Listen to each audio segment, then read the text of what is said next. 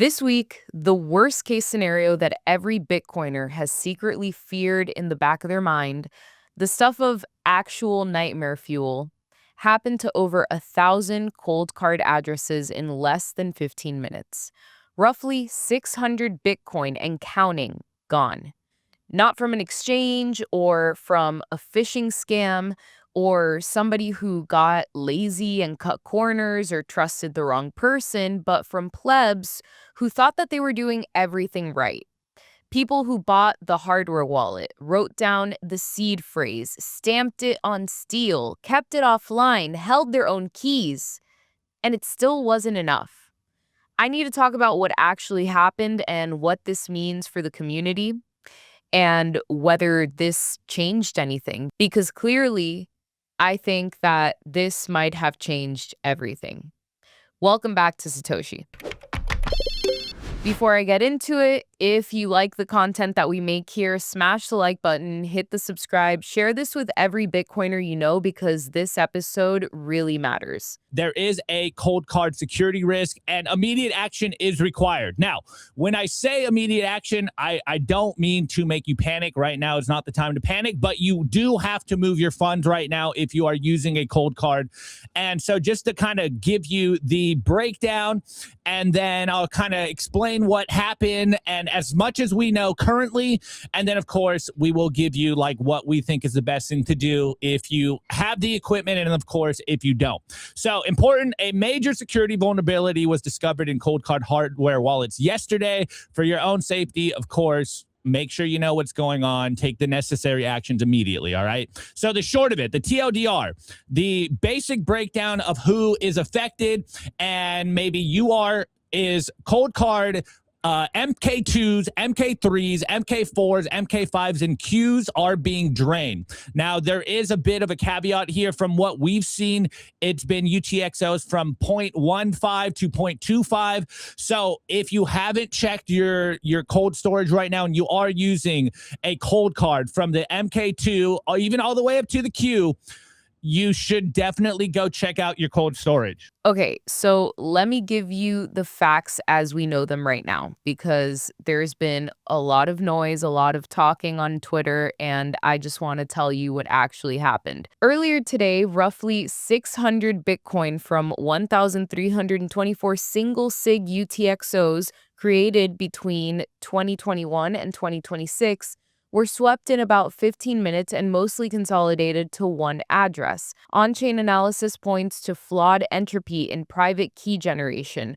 Root cause is still unknown and under investigation. Some unconfirmed reports mention Coldcard, but nothing is proven. So that was Grok early on, pulling on-chain data in real time.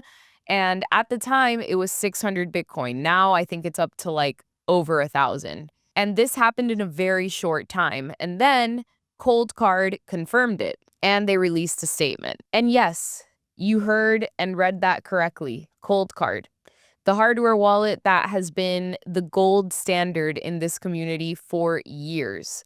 The device that Bitcoin maxis hand recommend usually. The device that so many people I personally know use, that our friends have, that people in our community have stacked their hard-earned sats into and trusted completely. I want to pause here because before we get into what went wrong technically, I think we just need to sit with what that means emotionally for a community that has already had a brutal year. For years and years and years, we thought that if we just put our Bitcoin in self-custody, laid low, and were responsible with our seed phrase, everything would be fine. So right now, this is our community's version of finding out that the bank you trusted, for example, was gambling with your money. It's basically 2008 again for some people. Except, in my opinion, it's worse because Bitcoiners specifically left the banks to avoid feeling this way. We did the hard work and we took on the learning curve. We bought the device, we held our own keys, and the device had this one flaw that we couldn't see.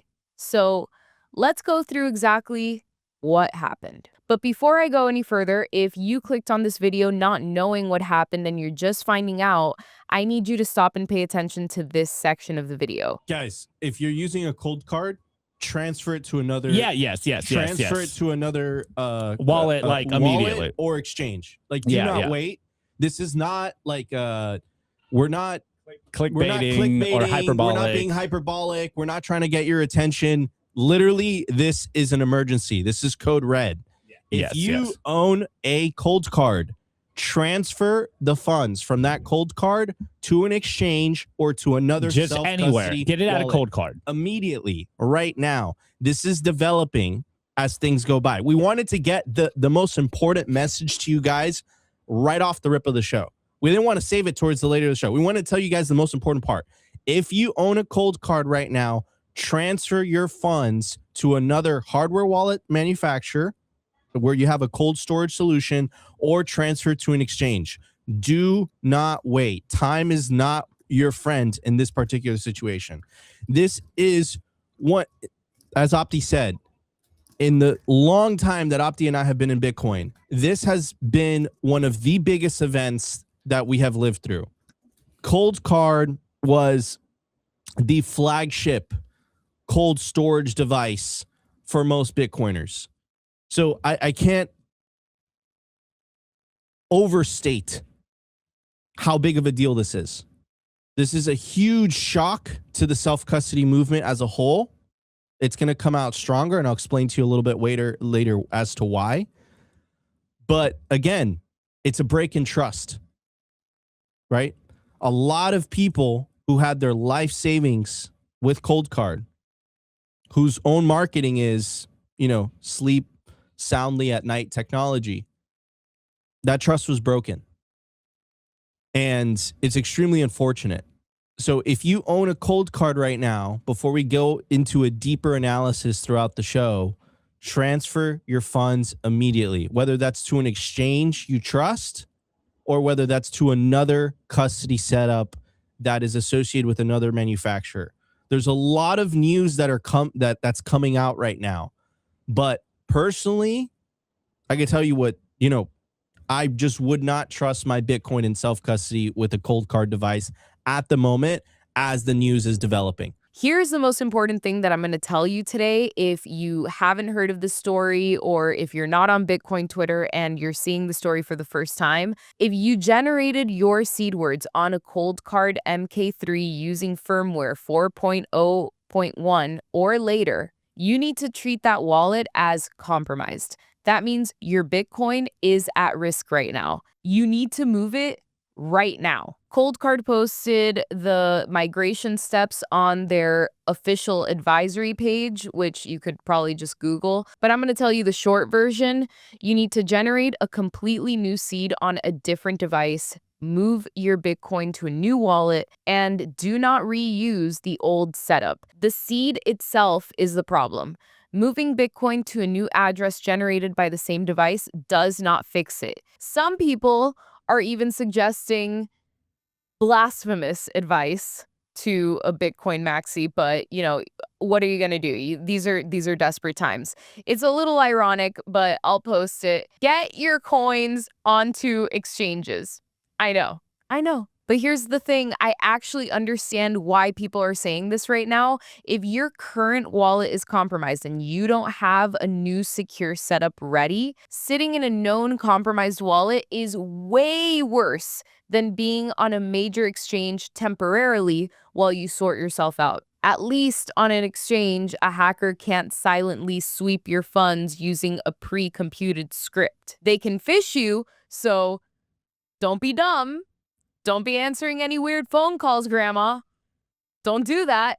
But for the particular situation that we're in right now, that doesn't seem like a bad idea. This is not me telling you that exchanges are fine. They're not. At this point, I don't even know what's fine. It's so hard to even accept that this is happening. An exchange, as you know, is an IOU. But if you are in a compromised wallet right now and you have no other option in the next hour, Moving to an exchange as a bridge while you properly rebuild your self-custody setup is better than doing nothing. The actual answer is get a new hardware wallet, generate a fresh new seed using dice rolls, add a passphrase, and rebuild your setup from scratch. And if you don't want to overcomplicate your life, you could also purchase a BitKey, which is this little device right here. It looks like an alien stone pebble that you can talk to extraterrestrials with in space, but it actually makes multi-sig very, very easy. And they have been on top of this. They were not affected by this whole debacle. So we are sponsored by them on the live show, full disclosure. But if you want one, everyone that we've recommended them to has had a positive experience. So even if it's just temporary, I highly suggest migrating your Bitcoin to something like this. And if you're not sure how to do any of this safely, the Bitcoin Way can walk you through it step by step. When you start with one of these wallets, right? I mean, it generates a seed phrase. Can you maybe talk about what's behind that and what the breach was here? Yeah, maybe the best way to start is let's talk about a deck of cards, right? A card deck is a really great way to play games, because if you have 52 cards in a deck, every time you shuffle them, there are more possible ways you can arrange the cards in the deck of cards than there are atoms in the observable universe, right? There is just so many deck of cards? Yeah. So this is really kind of the beautiful part of cryptography when it works correctly, is that you can take very simple things and make abundantly complicated things.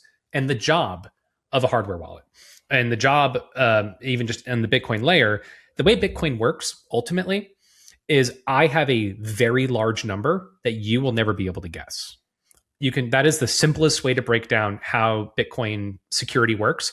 Someone has a number and you are unable to do it. Another metaphor I like using is let's say if you've ever walked into a post office and you see that wall of PO boxes, the PO boxes are kind of like your addresses. Yep, you're public. They're public. Anyone can send envelopes to them.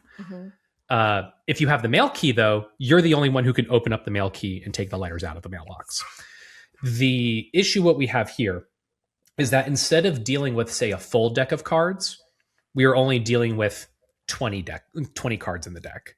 And the thing is 52, 20 still sounds like a large number, but it greatly reduces the possible number of ways you can arrange that deck of cards. And that allows you to basically, without ever talking to the hardware wallet, know that instead of looking at the universe of the full deck of cards, you're looking at a subset, and it allows you to aggressively, very quickly guess all of the random combinations. If your Bitcoin is basically a needle in a cosmic level haystack, what's happening here is someone found the exact area of the pile of hay and is just rapidly combing through every single strand to try and find where the Bitcoin sits. So is this a mistake literally at the level of when the device is generating that seed phrase, it didn't choose from enough possibilities? And so everyone who has this wallet, it was only generated from a subset of essentially words. And therefore you have now this device, or you have this hacker with AI that's really, really fast trying all these combinations. And by brute force, they're basically guessing all of these? That is correct. I'll just say one note for those that are listening. This is impacting specifically if you used your Coldcard and you did not add a password. You can always add a password on top of the secret. And you did not do things like rolling dice, right? Providing your own entropy. Basically, the idea, if you roll your own dice, you're kind of creating your own deck of cards and shuffling them and using that custom shuffled deck of cards as the secret, which means you're not part of this subset of possible known Bitcoin keys. I need to take a second here because the tweet that I think best captured the right response to all of this happening yesterday, the one that actually gave me some calm in a very chaotic day, came from Tony at the Bitcoin Way. He said, a hardware wallet implementation failed. Self-custody did not. That's exactly right. And that's exactly the distinction that I need you to hold on to. The Bitcoin Way has been helping people do self-custody the right way with independently generated passphrases, verified setups, layered security, so that a single device failure doesn't become a catastrophe. That's what proper self-custody looks like. If you're worried about your setup right now, or you're not sure whether you're actually practicing self-custody safely, reach out to them, whether or not you're already a client. Go to thebitcoinway.com/simply and tell them Satoshi sent you. Okay, so now let me actually try to explain what happened here, because I think understanding this is the signal and the lesson that every Bitcoiner should take from this catastrophe, not just for today, but for how we think about self-custody going forward. I'm going to read part of this thread because Terrence Michael explained this better than almost anyone. He shows two seeds, one that is secured with 128 bits and the other one which is a low entropy seed. They both look random to me, but this is the issue that has unfortunately happened with the Coldcard wallet bug. Its random generation didn't give sufficient randomness. You can't tell the two phrases apart if you use the device to give you your words. This is the thing that makes this so insidious. You look at your seed phrase, you wrote it down, you stamped it in steel.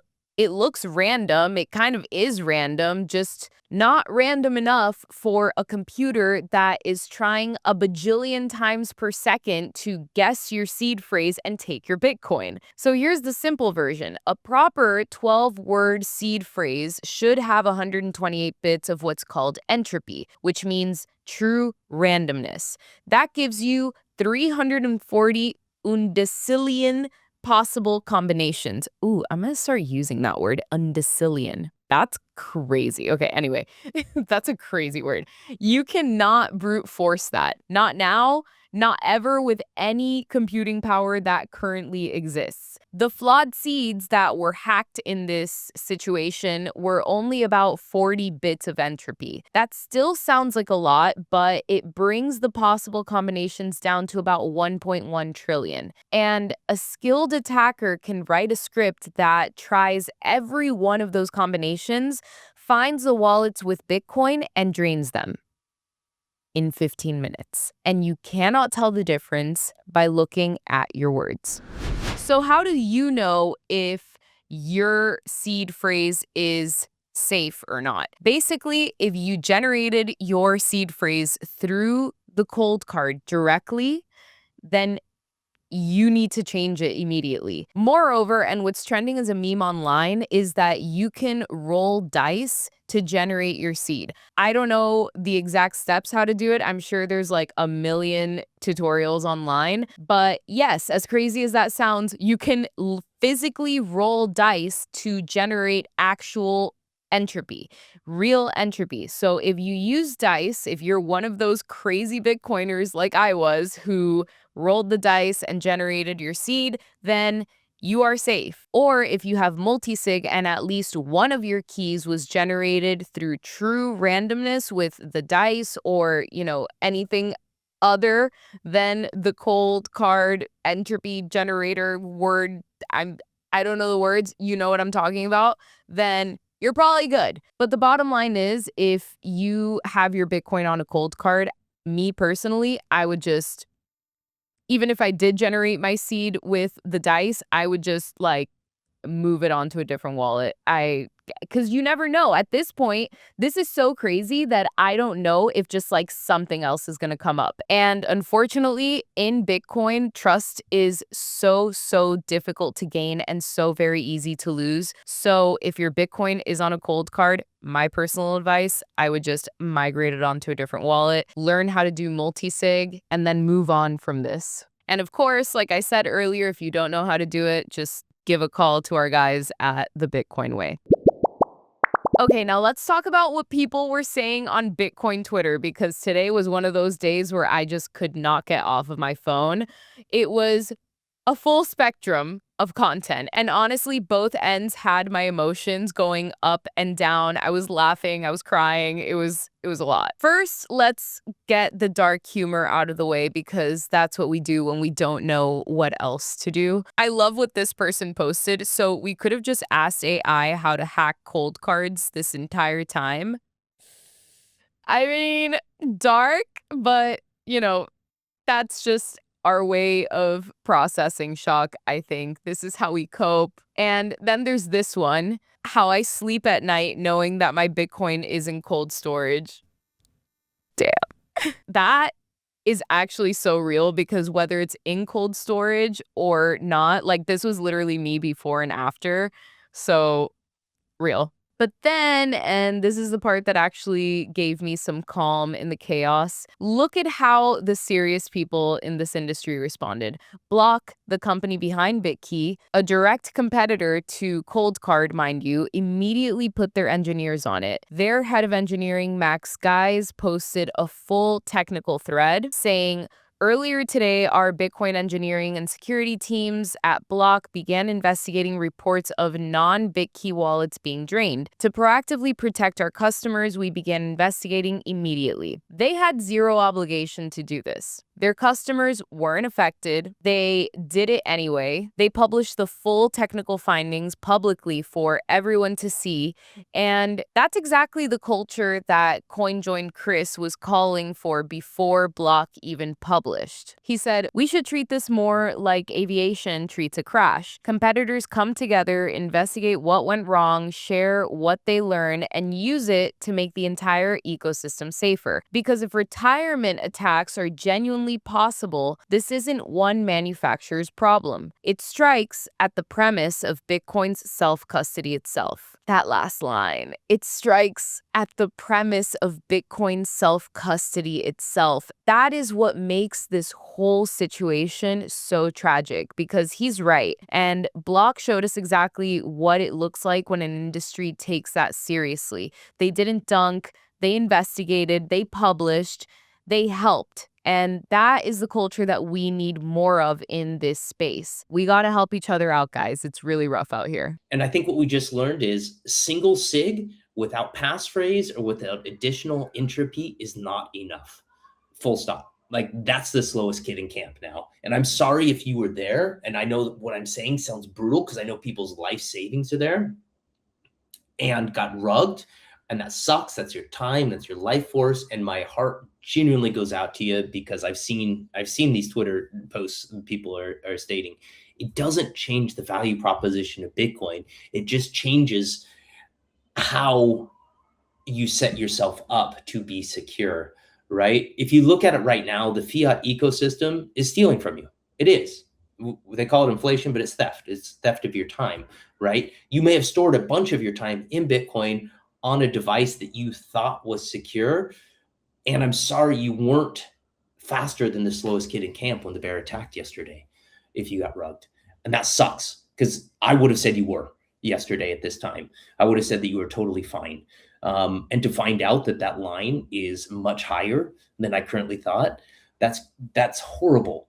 And means we all have to adjust and adapt. And I think that that is fundamentally what this moment in time is akin to Mount Gox. I wasn't around for Mount Gox, but after Mount Gox, prior to Mount Gox, the cohort of people that were in here were very different, right? And something about Mount Gox was such a traumatic event to our industry that we grew up. Now, did we grow up all the way? Not at all. I mean, growing up is a big process, but I would come back and say that July 30th, 2026 will be a growing up inflection point for our industry. Yeah. All the attributes of Bitcoin did not change, but none of us are going to go to single sig without further entropy on our wallets any longer or recommend that. Like, you'd be shunned if you were to say that after today. So we're going to grow up. We're going to develop better solutions, just like better solutions came out of Mount Gox, like better exchanges came out. I think we're going to see the same here. And this sucks. This sort of pain sucks because a lot of your time was just stolen if you're one of these people. And you need to figure out where that bar is now. And it's got to be at least additional entropy thrown onto your device, because everybody that did that with the cold cards, they largely had the time to get themselves to safety. But really, the goalposts have shifted to either multi-sig or collaborative custody. And I would argue collaborative custody is the better solution for most people. So I'm sorry the game just upped. But, do you want to stay in the fiat ecosystem and let the government continue to steal from you because they're going to keep printing money and they will? Or do you want to continue to try to stay accountable? And that's the tough message. And I think what you choose, your choice, of course. For me, I'm going to stay on this side and continue to work on self custody, and I'm going to increase the bar for my own situation so that I'm less ruggable when the bear attacks again, because it will. So here's the deal. This is the worst thing that's happened to Bitcoin self-custody in years and probably ever in terms of what it hits emotionally, because this wasn't a reckless person. This wasn't an exchange hack. This wasn't someone who just like did whatever they wanted to do and bought whatever altcoin and then got rugged. These were people who followed the rules, trusted the community's most respected tool, and still got hurt. This is a real gut punch, and I'm not going to minimize it, but I wanted to tell you what I was actually thinking. This is the thing that makes Bitcoin real. Every other financial system, banks, exchanges, custodians, they hide their failures. They paper over them. They absorb the loss, change the terms, and move on without telling you what broke. Bitcoin doesn't work like that. When something breaks, it breaks in public, and it doesn't matter how much you like the person or the product, it's going to tell you the truth. On-chain, auditable, transparent, there's no getting away from it. Block published their full technical write-up within hours. Coldcard issued an advisory. The community tore it apart and explained it in plain English in 280 characters worldwide. We know exactly what went wrong and why. In a way, I feel like this had to happen specifically to CoinKite because of how much the community loved and respected that brand. I think that if it would have happened to literally any other brand, it wouldn't have had the impact and the gravity that is necessary in this moment for everybody to contemplate and reflect on what their self-custody setup is like.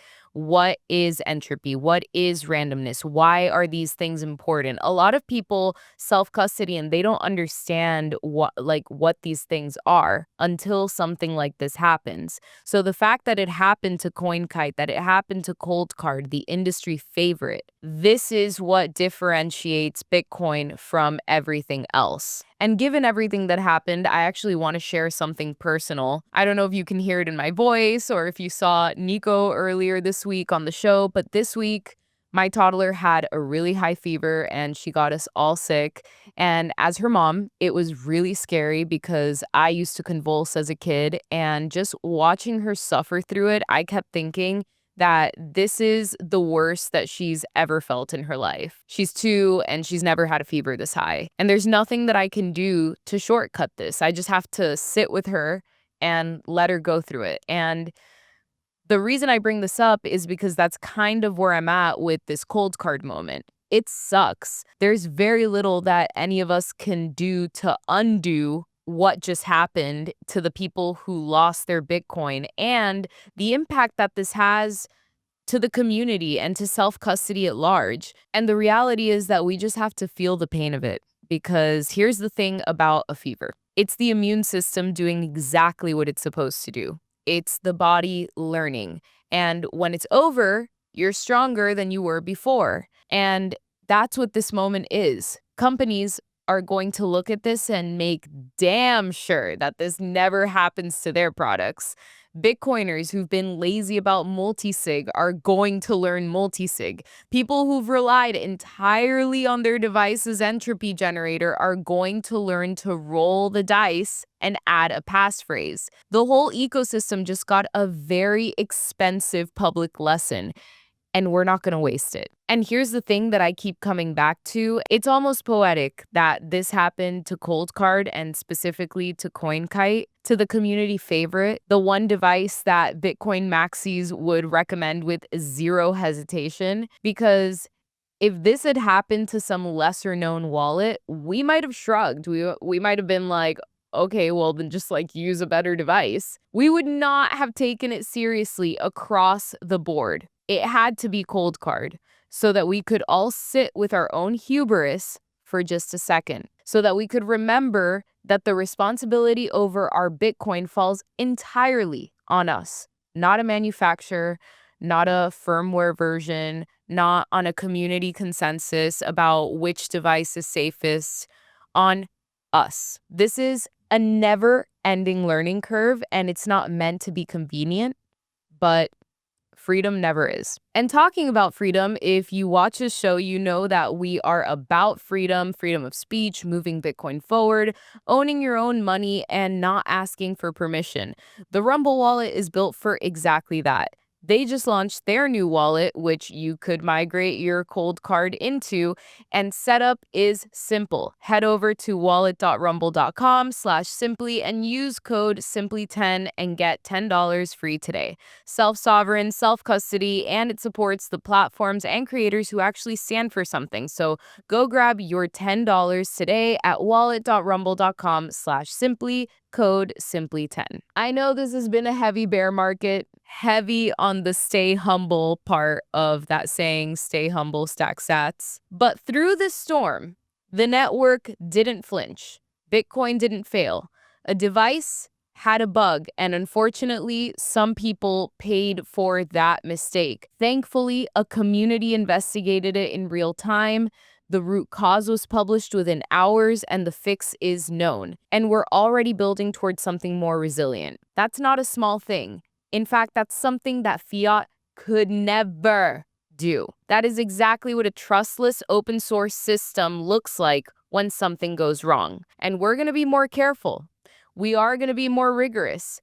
We are going to use the dice rolls and passphrases and multisig, and we are going to verify our setups, and we are going to never assume that any single device is infallible. And we are going to be stronger for this. I promise you we're going to be stronger for this. If you lost your Bitcoin, if you lost your life savings, I am praying for you. I am sending you so much strength, so much love, and it's going to be okay.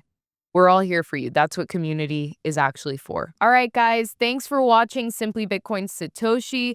Don't forget to smash the like button, share the show with your friends, drop a comment below. I read them all. Follow me on X at InternetSophie. And as always, stack, slay, and stay bullish, baby. And if you want to start building that Bitcoin stack properly, Bitcoin Well makes it simple to buy, sell, and receive Bitcoin directly into your own wallet. No games, no middlemen. Head to bitcoinwell.com and tell them Satoshi sent you.